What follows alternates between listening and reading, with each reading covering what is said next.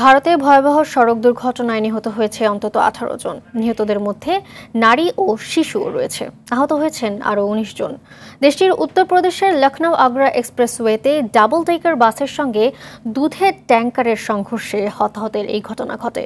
Double decker বাসটি বিহার রাজ্যের সীতামারহি থেকে দিল্লির দিকে যাচ্ছিল। দুর্ঘটনাস্থল থেকে উদ্ধার হওয়া আহতদের দ্রুত হাসপাতালে নিয়ে যাওয়া হয়েছে। নগদের কাছে সব গ্রাহকই প্রিয়, তাই তো সারা দেশে ক্যাশ আউট চার্জ সবচেয়ে কম। তাদের মধ্যে বেশ কয়েকজনের অবস্থা আশঙ্কাজনক। উত্তরপ্রদেশের মুখ্যমন্ত্রী যোগী আদিত্যনাথ এই দুর্ঘটনায় দুঃখ প্রকাশ করেছেন এবং আহতদের যথাযথ চিকিৎসা নিশ্চিতে কর্মকর্তাদের নির্দেশ দিয়েছেন।